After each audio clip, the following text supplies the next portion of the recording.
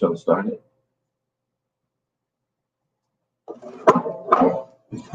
Hey, it's the Bronx Weekly. You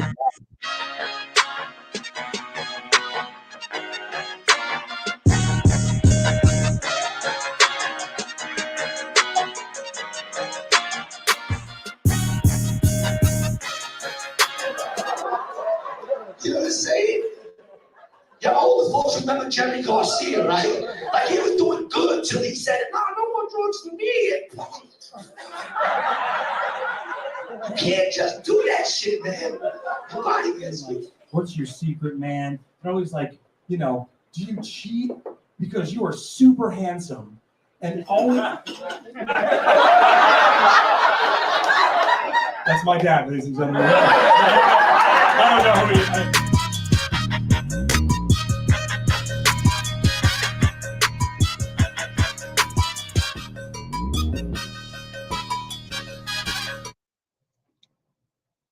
All right, we back. It's another Thursday, 9 p.m. It's the Bronx Weekly Show. We got the dopest comics that are out here working, and some that may have taken a little fallback, but they've been working before that. But tonight we got a couple comics that are definitely in the scene. One of my boys. Okay, there he goes right there. That's my birthday brother, Vincent James, and that last name has got a lot of letters. It starts, it's good to see you, man. You can hang out as long as you want to. I know you got the kids and stuff, and this is kind of like a getaway for you. I love it. Yeah. This is one of my, like, really, really one of my guys. Our birthday's the same. Whenever we have a couple Heinekens together, this is like, he's even like got me on shows out like up above the Bronx. Where was that? Where were we at? Oh, gigs, baby. Yeah, Yonkers Comedy Club. Same birthday brothers. I'm drinking, so I'll chill. I'll go in the green room. I'll come back with the good people. Oh, my tech is about to go get me my drink too. But man, it's so good to see you. I don't know the last time I saw you, but like, I'm just telling you, man, seriously, it feels so good to see people and just to interact with the motherfuckers that we was working with, that we was building with. Like, you was one of the working guys in the community. Like you get the corporate gigs, you get the, you get the corporate gigs, you get the club gigs. You're one of the coolest guys in the game. Thank you. You don't have any type of malice toward anyone. You're only positive, and that's Vincent James, man. Thank you, brother. Thank you. For people to give them like 5 seconds for people to clap at home, because I love it. This is great. I'm just happy to be drinking. It's like we're drinking again together. Yeah. Yeah, man. It's been a minute, but we got that fantasy football league together, man. Called Lick That Shit. That's a whole other story. Oh, that's a whole other story. You can't whip that out, but I'm mad about that. I couldn't move my man to semifinals. I'm not gonna get into that right now. But Lick That Shit. That's the name of our league. That's my boy Tino, the Punisher. Every week he hits us with 10 to 15 of the best puns of the week, and so we got a little movement going. We've been doing this the whole pandemic, so we kind of we like family. Kenny, you mean pandemic?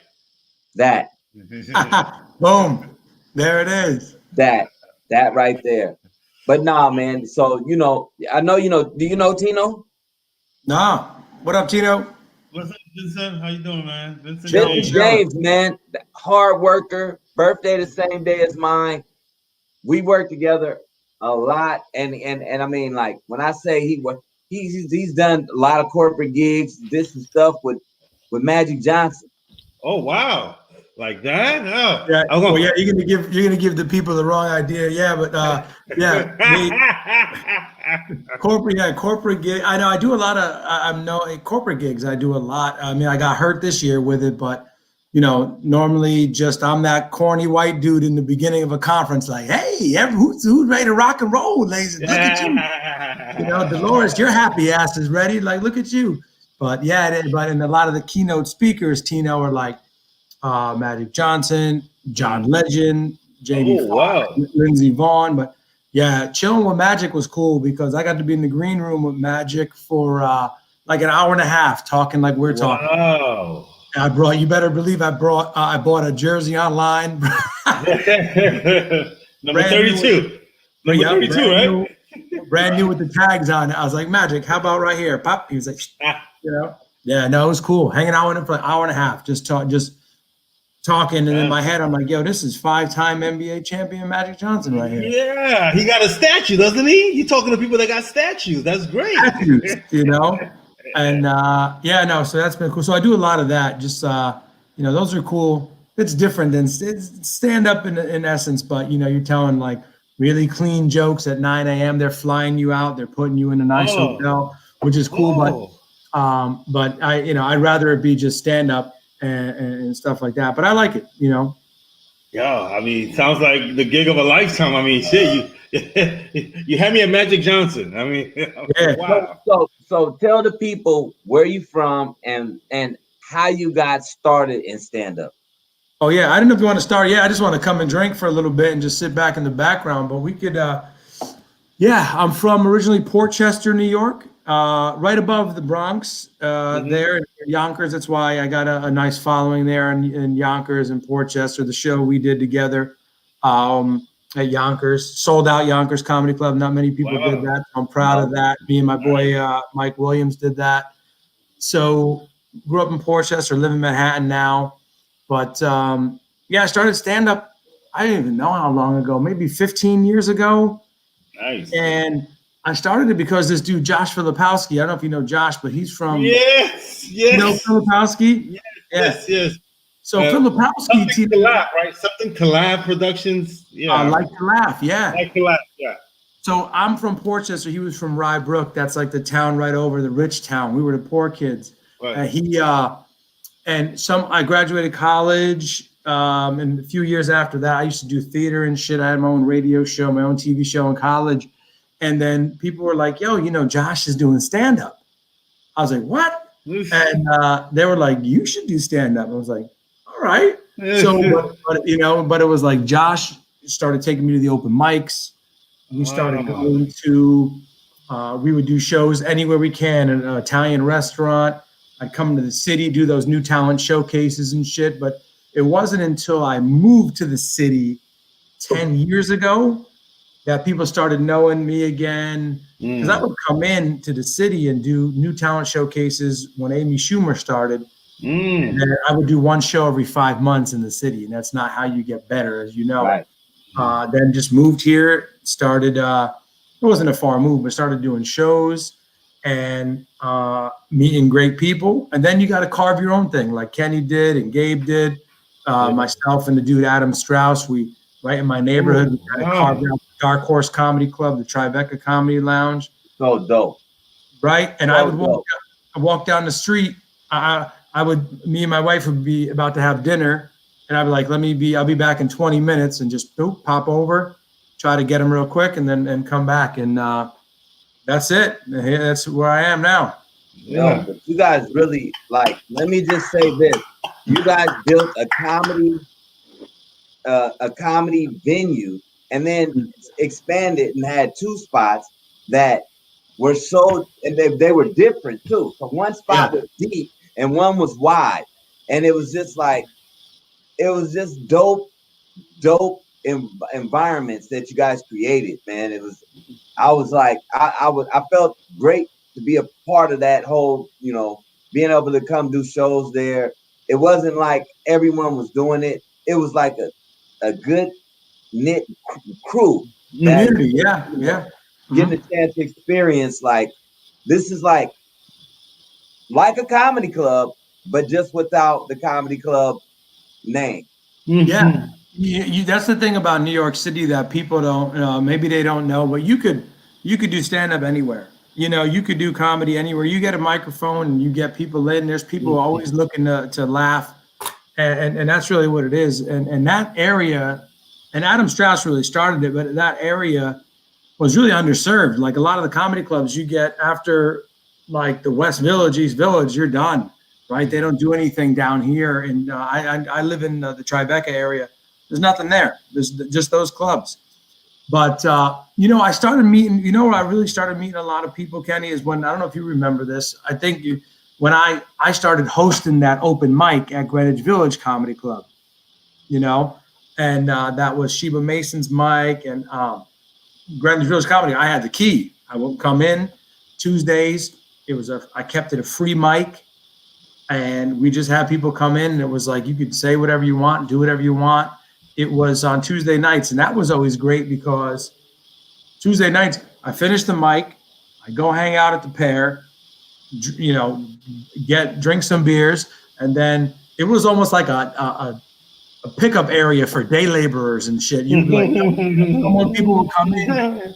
People would come in from the land. Yo, Vin, can you do real quick? Back at Greenwich Village Comedy Club, the Pear. And I would do like 4 spots in the night. Right. And you drink beers with you talk shit about the Cowboys and the Giants and just chill for like 3 hours and do 4 shows on a Tuesday. That's New York. And you don't even have to leave the area. Yeah. That's the great thing about McDougal Street in itself is that you got like the Cellar has three stages. You got Greenwich Village, you got the Grizzly Pear, you got the Lantern, and you might even have like a couple of those other little smaller places, so you got places to get on stage, work your material out, and get better, and just keep getting better, and trying to get there for the weekend shows so that you can, sprinkle the people with your ism, so yeah, no, I mean, and that was when, and I was doing that when, when the Pear was just a few people in the crowd. And then, that was maybe 5 years ago. But it didn't matter. You treat every show like, that's the way I do. I try to treat every show like there's 150 people in the room, That's our other guest for the evening, man. Yeah. Gary Garcia, man. Let me say, these are 2 of the hardest working dudes because they're not caught up trying to be at one particular club. They're not trying to be like, I'm in this clique. These are guys that get out there and just like road comics, do shows at various places, get out of the state of New York City. So there he is right there. That's Gary G. Garcia. Yeah. 3G. Let's go. Congratulations on the half hour. I heard about the half hour. Congratulations. Oh, thank you, man. I appreciate that. Took me a minute to figure out how to get in, but I'm here now. So I've been listening. I was checking it out, trying to figure it out at the same time. Nah, man, this is one of those easy shows because it's people that I really respect in the game. It's easy for me I can throw you a lob because I know what you've been doing, and you can just talk about that shit. And that's what we're doing. In essence, this is a show to promote everything that each comic that comes on the show is doing. So, yeah, you might have a few viewers, but there are a few viewers that didn't see you before, and now you got a couple more people to follow you. So, man, I get to chill and talk to y'all. I'm chilling. About yourself. You've been doing comedy for how long, and where are you from? I'm going on 6 years doing comedy, originally from Astoria, Queens. Wow, born in Queensbridge, raised in Ravenswood. I've been doing comedy since I was 42. I started at 42. I'm a late bloomer. Yeah, but that's a dope story because everybody starts comedy at different times. You know what I mean? Some people start when they're young. Some people start when they're old. I'm like you. So what made you get into comedy? I always looked at comedy as my fallback. Before this, I did music. I was signed to Epic Records. Then after that, I did the family thing for a while. Then I started designing children's clothes. And in my mind, it was like, if all of this doesn't work out, I'll try comedy. Damn. I mean, that's what it was. That's fucking crazy. It all just kind of fell in my lap, man. My man gave me an apartment, and he was moving to Puerto Rico, my man Leo, and he told me, you know, this, because I had started talking about really trying it. I had started really talking about it, and he was like, dude, you're going to try that shit. I'm moving to Puerto Rico. I'm never going to see you. And I was like, isn't there an open mic up the block? Let's just go hit the open mic. Fuck it. If I'm going to try it, let's try it now. So I went with my man. We tried it. I blew the mic by 10 minutes. I didn't even know anything about the mic. I didn't know about the light, so I blew that shit. And we had a lot of time. They gave us 15 minutes because it was a mixed mic. It was in Astoria. It was called Waltz Astoria. So they gave musicians 3 songs, and they gave comedians 15 minutes. So the first time I ever did it, I did 25 minutes. I blew the mic. Wow. I just started rambling, and I loved it. Most people say, I ain't gonna lie, like my shit was like all over the place, but I had I crushed. I crushed the first time I went up. It was dope. I was high. I had no idea what I was gonna say. And I remember when I was walking up, my friend was like, what you gonna say? And I was like, I don't know. And then as I was walking up, I got a text from my ex-wife that said, while you out there hanging out with your friends, in quotations, I just want you to know I just came back from the hospital with your son because he got a UTI from sticking his dick in what was it? In pudding, chocolate pudding. Oh, what the hell? So then I said, I know what I'm going to talk about. And I went up and talking about that I just got. And then, you that's know, gold. That's gold right there. You get that laugh. And then after that, it's like, you know, they with you. Okay, so coming up and starting doing comedy, and then like I know, like I met you at the Grizzly Pear, and we use the Pear as like a platform to try to get different projects and everything off. So like what is the Pear? Grizzly Pear, like the oh, that's okay. They go the minute against what? Because it was, I mean, we had a lot of, it was, people don't understand. The Pear went through a process. You know, the Pear had shows for years. They had, you know, and then it started to like get like some organization. And then we started to get like a rotation of, you know, solid comedians that are like trying to work and are focused on doing comedy. And we were there for a moment. It was a moment in time before the pandemic. And amazing. It was amazing, man. I missed that shit. Like I said, this shit all fell in my lap really because I started doing it. Then I took a class with Jim Mendrinos. And then like out of nowhere, somebody asked me to do they asked me to do a competition. So I did a competition. I did it because it was $20 to get and I figured it was at Broadway Comedy Club. So my thinking was, if I'm any good at all, it doesn't really matter if I get anywhere in this competition. If the manager or the booker's there and they see me, maybe I can get to know them. You know what I'm saying? And that's how I always kind of went with it. So I gave $20. I wound up winning the competition. Oh, shit. Yeah. And then it all just like kind of fell in my lap. When I came into the game, and then once I won that, I started thinking about going full time. And then the designing job let me go. They didn't fire me. They just let me go. That's how they put it. When they asked me, because they offered me like 3 weeks severance pay. And I told them I would prefer you didn't offer me nothing. I've been with y'all for almost 20 years. I've been with y'all for 19 years and 11 months and 3 weeks. And they rounded it to fucking like 9 weeks.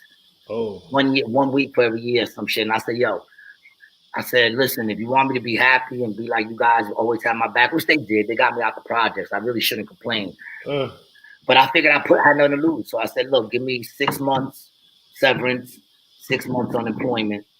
That'll give me time to try to get my feet in a year, try to see what I can do with this comedy shit. And they gave it to me. So, you know, big up to them. How long ago was that, Gary? That was like 3.5 years ago. Yeah. And then I decided to fucking, you know, because like I I never gave nothing 100%. I was signed to Epic Records. I was still hustling. I was still working a day job, and I was signed to Epic Records, you know. And then when I was doing this shit, I went from the mailroom to head design, and I don't even like clothes. I wear a shirt every time it comes out the wash. About fashion, you know what I'm saying? But I did that for 20 years, and I was good at that. So I said, what if I give 100% of something to something? And I did it. You know, the comedy shit was working. When I came into the game, I kind of I had the confidence, and the material was like down here, but the confidence was high, and I live on stage. I came in there, you know, playing with Ziggy Marley, playing with KRS, playing with G-Rap, playing with Bad Brains, Murphy's Law. So a lot of comics, when they first start doing comedy, they got to learn to be on stage. Stage was already my home. I just had to learn to shape my stories in a way that I could fit them into whatever kind of minutes I have at that time. You know, that was my biggest problem, because I ramble, as you can see. You know what I'm saying? Like I talk, that's what I do. Nah, man. I know the story, man. I just want you to say it to them. And what's crazy is, I remember when I started, like, you know, getting into it, I said, all right, let's take a look. And I was watching a lot of Joe Rogan shit. And Joe Rogan was talking about how it takes 8 years before a comedian even gets paid. Yeah. I'm 42 years old, and I'm like, 8 years? Yeah. I said, nah, I have to do something about that. And I remember Jim Vendrino said, the prize doesn't go to the most talented. It goes to whoever gets the most stage time. That was the first thing he told me. So I said, man, I need stage time. And then I was blessed, you know, Mike Merck called me down to Atlantic City. I came out here, and I went from, like, you know, fighting for 7 minutes, which, you know, you're lucky you get 7 minutes. And, you know, I started at 15 minutes here. Now I'm doing, on average, 30 minutes a night, every single night of the week, still, even through this pandemic. Wow. We did that show together, Gary, so I met Gary briefly at the Pair, right? And then I was just out in AC with my boys. We were having like remember that?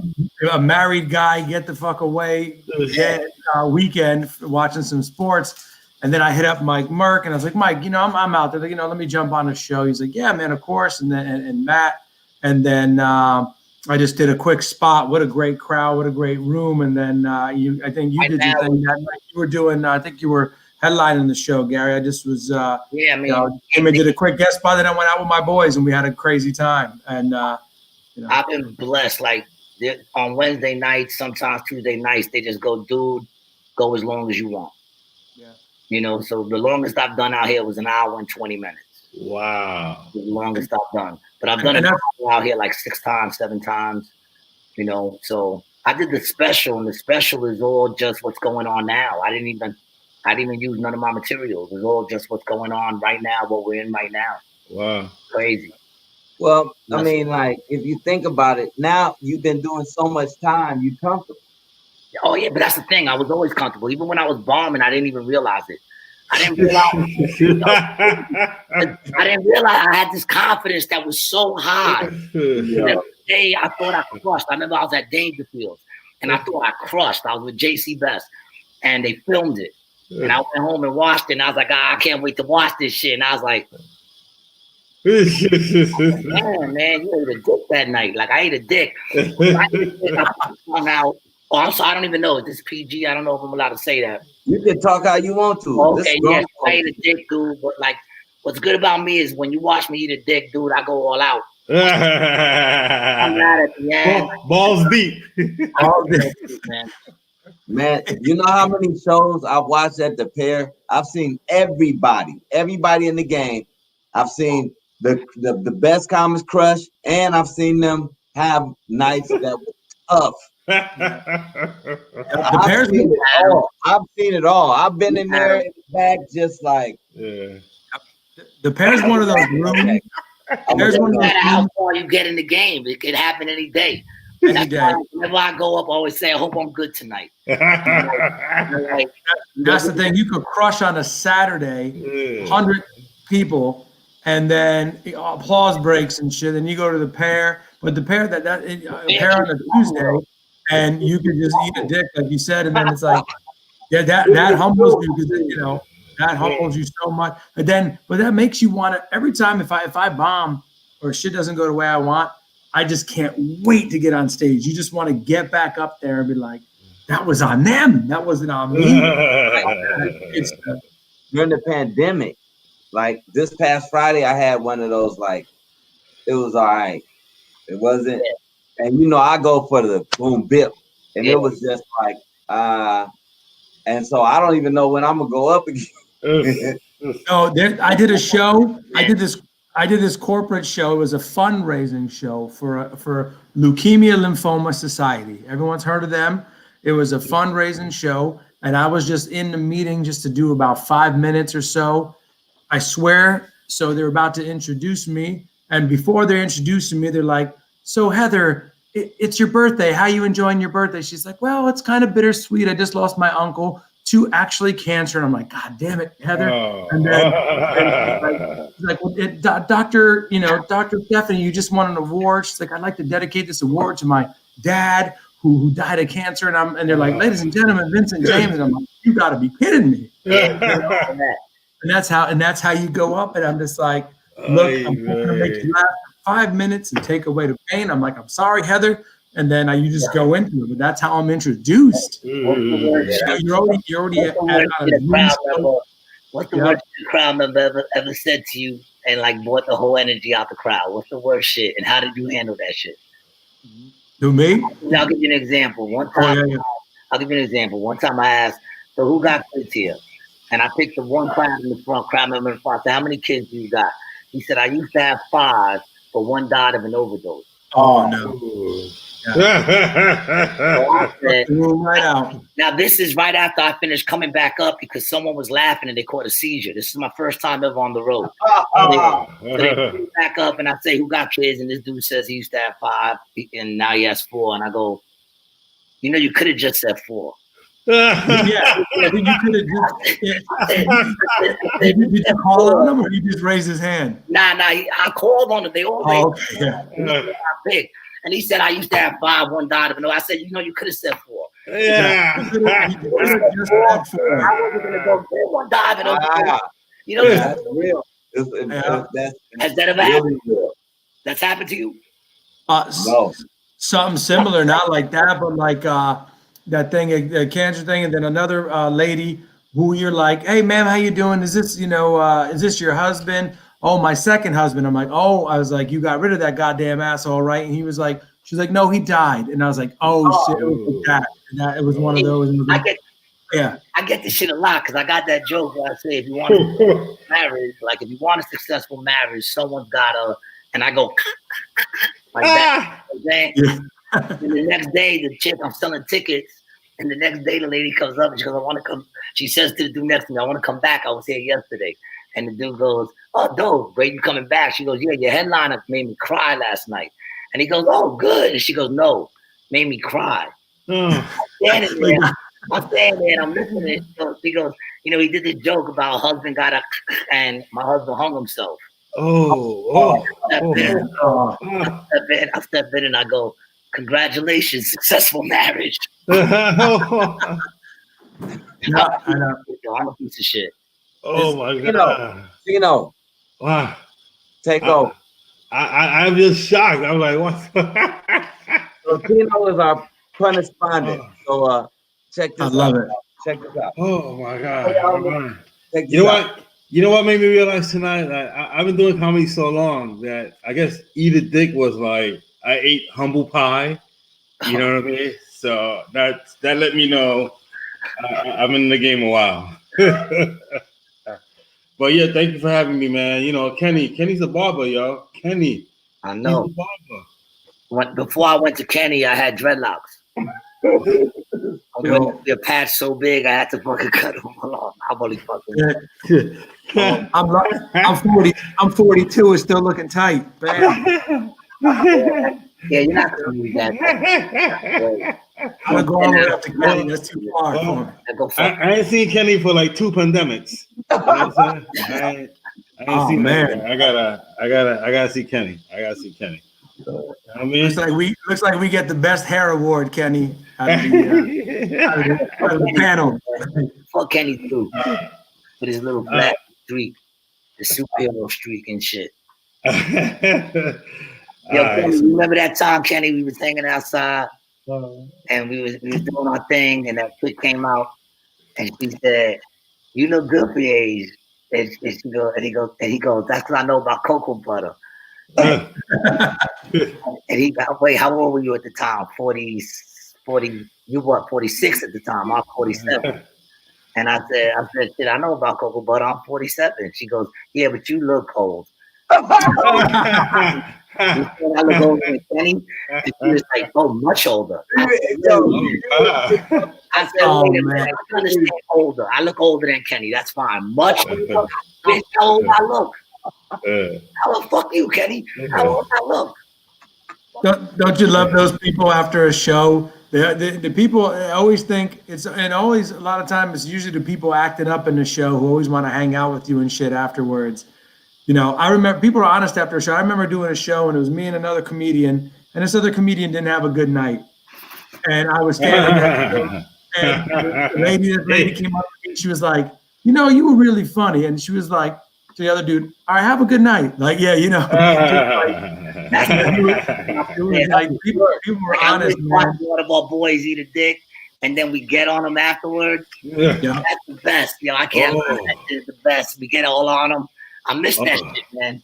You guys play like that? Oh, wait. See? This music. You know, you go ahead and take over. Oh, all right. Yeah. Hey, guys. Yeah. It's time for the correspondent. All right. Yeah, because I was saying, Kenny's the barber. You know why? He was cut out for it.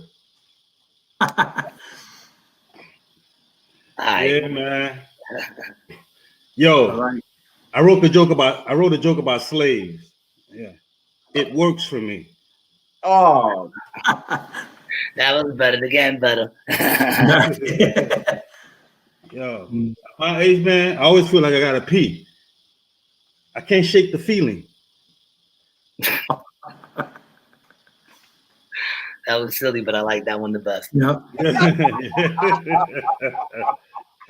that was actually silly.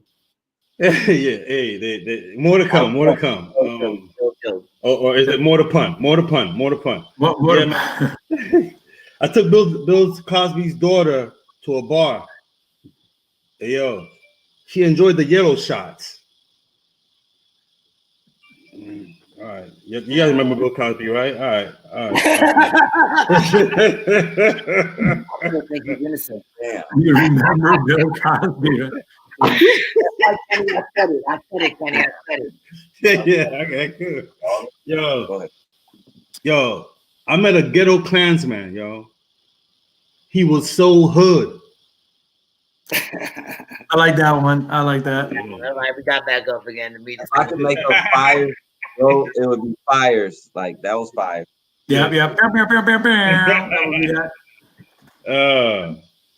I told this dominatrix, you know, my problems. Yo, she felt my pain. All right. Okay. So quickies. The last one was tough to follow. That's what I'll give that. I know. Shows me the show is used to me. I start with my headlines, and you know what I mean. I start with my closers. I'm all over the place. You know, but this first of the pun bakery. People ask me if I got a gambling problem. What are the odds?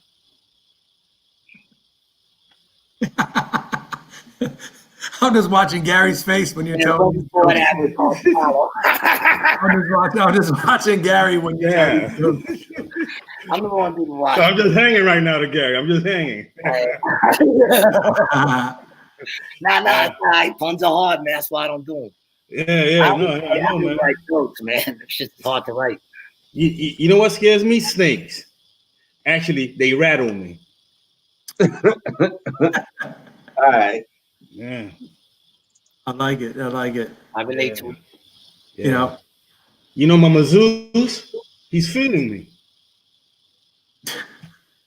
That's actually good. Good. That one was the thinker. Yeah.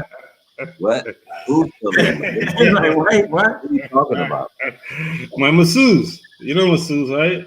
Yeah, you're supposed to get a label. But anyway, go ahead. All right, cool. All right. Yo, I dated a woman from the weed dispensary, yo. She was high maintenance. I like that. All right. Cool, man. Like that. We in the all right zone. Well constructed. Well constructed. Very interesting. Yeah. All right. Yeah, we need like signs, like because I need to know. I need to know. Numbers. Put the numbers Exactly. I need to know. All right. Kenny, how come you don't have any white people on the wall? Everybody keeps asking that, and since they the last time, I hope you would get something. Football, it ain't happening. Well, we didn't. We right there in the right.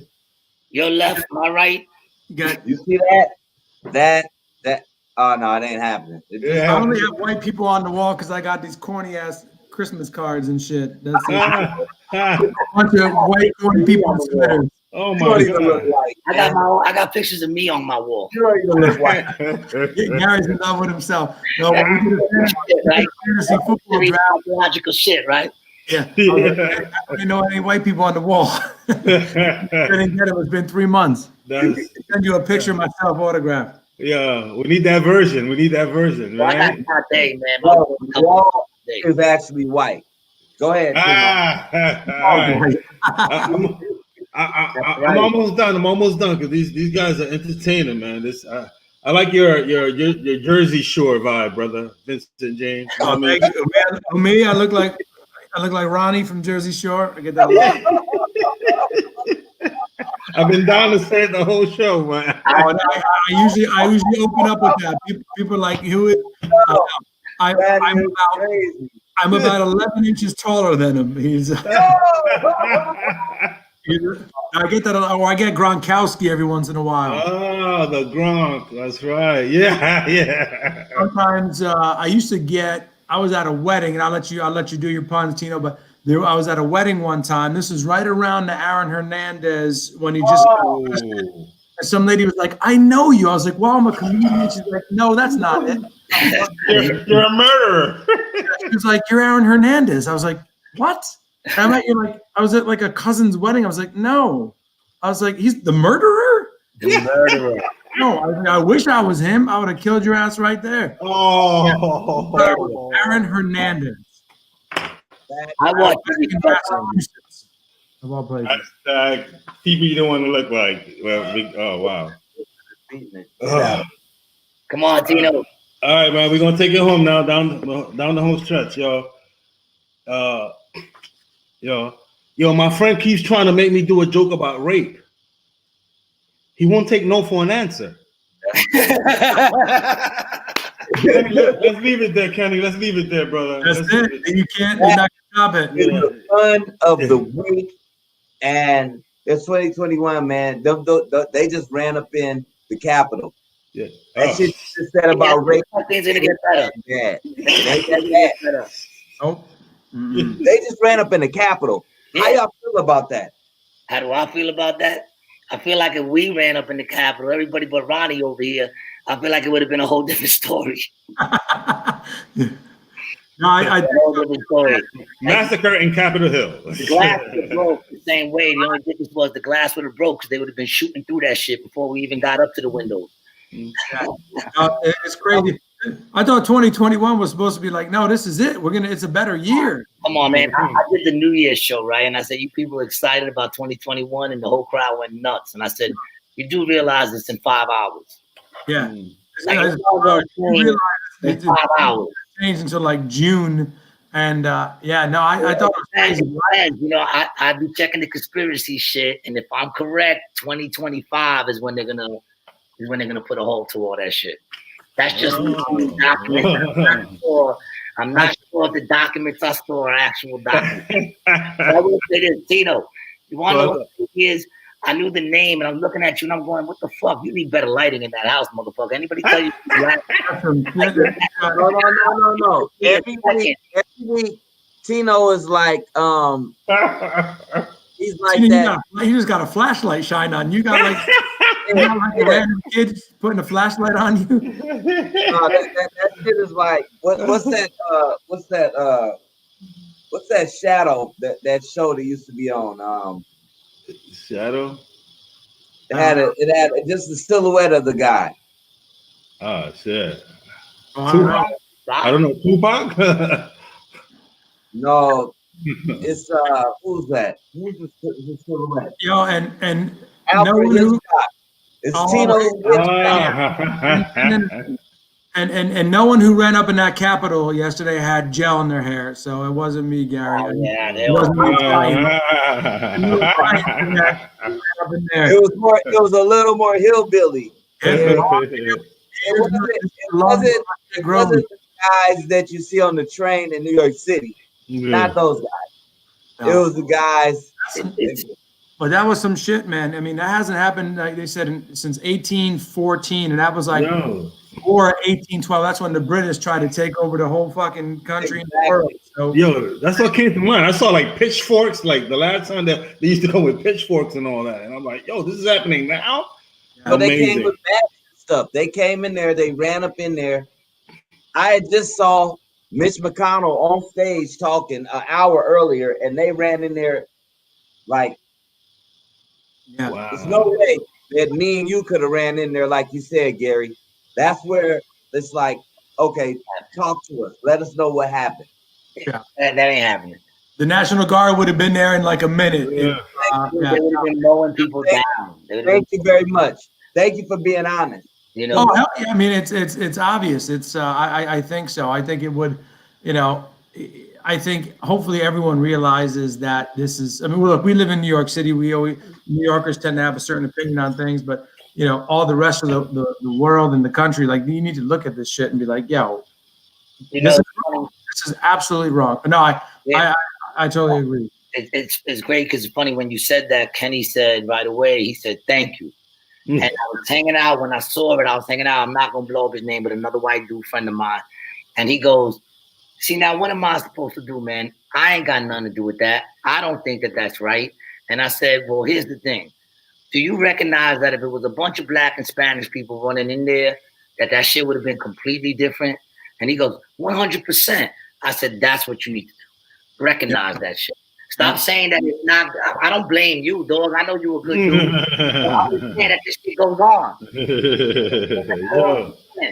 I hate when people like, no white privilege. I was changing a little white person's diaper yesterday. I wasn't running up in the Capitol. But I see what you mean, and people realize that. And hopefully, some people realize that. Some people do, but some decent motherfuckers don't. No. And I say decent because I've known them to be good people. But when they sit there and tell me there's no white privilege just because they broke, it ain't got to do with money. It has to do with being able to leave your house. I once sat with Adam Gable, lost in Alabama for 7 hours in a Starbucks with our bags, drank one coffee. Nobody came up to us. And it's funny, Kenny, now I'm talking to you because I said to him, I leaned over and I said, dude, we've been here for 7 hours with our bags, which implies we're not going nowhere. But one coffee. Do you think if I was sitting here with Kenny Warren, we would have been able to sit here without someone coming up to us going, guys, you've been here since 11 o'clock. It's now 4 o'clock in the afternoon. You're going to order anything else? And he goes, no. And I said, that's white privilege. Like, sit on the corner against the wall for 7 hours and no one questions you about it. And what people got to realize is that the laws weren't made for people like Kenny and me. Now, I'll keep it real. I'm Puerto Rican. I ride the coattails in whatever movement. I'm mad at you. I'm like, listen. It's about knowing your grind. I'm mistaken for Italian. When I'm white people don't talk. It's movement du jour. That's the difference. The difference is that these laws weren't made for us. Any law that goes for a black or Spanish, anyone of color, had to be amended. Because when these laws were made, they were made with slaves. So obviously they weren't made for people with color. They were made for the white man. You know, and that's not to diss all you white people, man. I mean, some of y'all. I mean, you know, it's a couple white people that ain't bad. You know what I mean? Yeah, man. Yeah, Vincent. Yeah, woo, Vincent. Why am I the first white boy you had on the show, Kenny? I got a couple white friends. I have a few white friends. He means literally. He means literally. Yeah, but I'm Italian, so like you need like whiter friends than me. You need like Collins and Hayden's. I mean, oh, you white? I never thought that. I always thought like, yo, that's my. I ain't gonna. Too soon. No, Kenny. No. We got the same birthday, man. I mean, it's different. Like that's to me. That's like my. Like we family. Yeah. Like them small. You know, it's only a few of us. You know what it is? You know something else I miss about the pair? I just thought about it just now. I miss people coming up to you and asking you for stage time during shows. I miss that so much. Nobody next day ever even understand it. I understand. You know what's crazy? Some of the best shit to watch. Being part of the this is Kenny's face when I Tribeca. He would talk to him, and I'd be standing outside, and he look at me like this. Like, yo, have you seen this? And what I always say, yep, I see it. I never man. Yeah, you know what it is also, Kenny, because like me with the Dark Horse and Tribeca, right? Yeah. During pre-pandemic, I'm getting I'm getting messages all the time, man. Hey, what's going on? How you doing? Look at pandemic, nothing. No one's checking in on me. Like, the true people. You know, man. You and I always. Exactly. I check in on you, and I check in all the time. It didn't. You and I check in with each other. We're on the same fantasy football team. We check in, but it's amazing how that stops, right? How people who would normally check in with you every week, and they would check in and be like, "Hey, how you doing?" They wouldn't blatantly ask for spots. You know what that meant, though. But as soon as the pandemic comes, no one checks in with you anymore. I'm like, I got new shit. We had a new baby. No one's checking it. Check in on that shit. You know what's happening. I put video. Vincent, it's amazing. Vincent, no, it's the way it is. How's the baby, Vincent? Great, thank you. See, Gary, Gary, I don't care what Kenny says about you. You're all right, man. I don't care what he says. Nah, man, straight up good people, and no, he right about that. Like, but I don't take it personal. Right now, I don't either. No, I got in comedy late. I don't even I'm not even looking for like.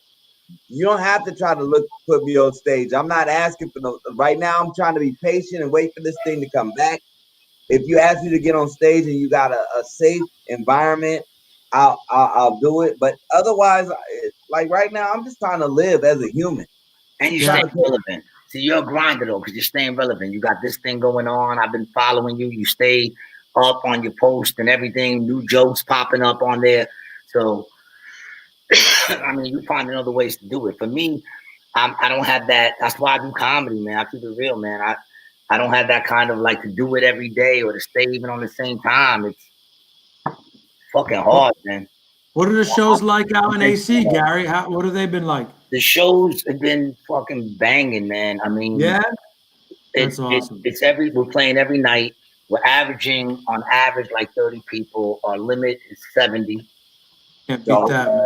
They got to do the social distancing and shit. We used to have 5 clubs. Now we have 1. What's the one you got now? We're at Tropicana, Kiss Club Kiss. Oh, yeah, that's the one I did. I like that stage. It's elevated, right? Yeah, it's elevated. I hate the stage because I like to move, and I almost kill myself every night. Same. I mean, it's a high stage, dude. I drink. I got a weak neck. Man. But like I said, I'm real grateful, man, because right now, the argument is I might be doing more time than anybody else in the East Coast. I'm averaging 30 minutes a night. On Saturday, I'm doing at least over an hour. You know what I'm saying? Awesome. Bronx Weekly talking about it, and that's what I want. I want that first comic journeys, because some people is road comics, some people are like comics that are in the comedy club. You know, some people, then that's pretty much it. If you're an open micer, I'll holler at you. But listen, I actually hit some open mics during this whole shit because you know ain't nothing wrong with that. But that nothing ain't wrong what with the title is. I don't see nothing wrong. Nah, Garcia is a road comic. Oh know? Yeah, I mean it's crazy because I'm getting gigs, you know, popping up. I'll be in Springfield tomorrow, thanks to Buddha, the comedian, and then I'll be in Cape May. So it's like I'm playing every single night. Wow. Every single night. I've been playing every single night since I might have been off maybe 3 nights since June. See, wow. You brought in the thing. I think that's good. Yeah, not many people can say that. Yeah. Since July. July is when they opened up the dining. And once they opened up dining, then we were in there. I did a couple of drive-in shows. So I think I headlined the first one in the East Coast, I think. How can people follow you? Gary G. Garcia on Instagram, Facebook. Or you can follow me on acjokes.com too. See, that's the thing. I really am a house comic at AC Jokes. That's my home spot now. It used to be AC Jokes, and my home was the Grizzly Pear, which is still my home. I know we're gonna come back once that shit. But it's gonna come back, and dudes are gonna be retarded. Dudes are gonna be on next level shit. Yeah. So I think people are gonna love seeing shows. People are gonna come out in droves. Not on the road. These dudes give time every single night of the week. Every single night of the week. acjokes.com. Wow. And it's been popping, man. I'm actually getting a following out here, and it's crazy. Crazy. You know, it's crazy. Man, congratulations on that, bro. Because I'm proud to see you out there working. Humbled, like we in the city, but like the people that's out there doing their thing, just do it. Well, I went to the show that time just because it was illegal. Vincent James, how can they? Show, so I did 2.5 hours for 7 minutes, and it was dope. Cause now I can say during the pandemic I did a show. Now, dude, how can they find you, Vince? Oh, man. I love it. Yeah, Gary's blowing the light again. He's blowing the light. It's like the first show again. If we were smart, we would have called the cops on ourselves that night. But you know, we're trained not to call cops. But if we were smart, we would have caught a good picture of us getting like put into the thing. Comedians locked up for making people laugh during the Oh shit! Yeah, that's crazy. Vincent James. Where can people find at the Vincent James and the Vincent James Comedy? You know, hopefully we get this Tribeca Comedy Lounge, Dark Horse Comedy Club back. But you know, love those spots. Love the spots, man. I walk down the street. And that's what I agree. I think a lot of us, we perform all over the place, but like, you know, Kenny with Grizzly Pear and Gary with AC Jokes. For me, it's Dark Horse and Tribeca. I've gained so many fans from there alone. I think it's great to be consistent at a comedy club where people come back to see you. I have people who are like, I tell my friends about you. I've booked private shows from those gigs there. Well, I have people come see me. Oh, you're going to be in Stanford at the Palace. I'm going to come see you. So it's always great like that. We had a nice end to 2019 with some big shows, and I just been doing still some corporate gigs, not to the magnitude that I normally do. I usually do about 21 of them from September to November, but we'll get back to it. But at the Vincent James on Instagram. At Facebook, but it's great, man. It's great seeing all you guys. Nice to meet you, Tino. Great to chill with you again. Gary. Good luck, Tino. How can we find you? You guys can find me and my book at Pandemonium on Instagram. Let me see. Let's talk about the book a little bit.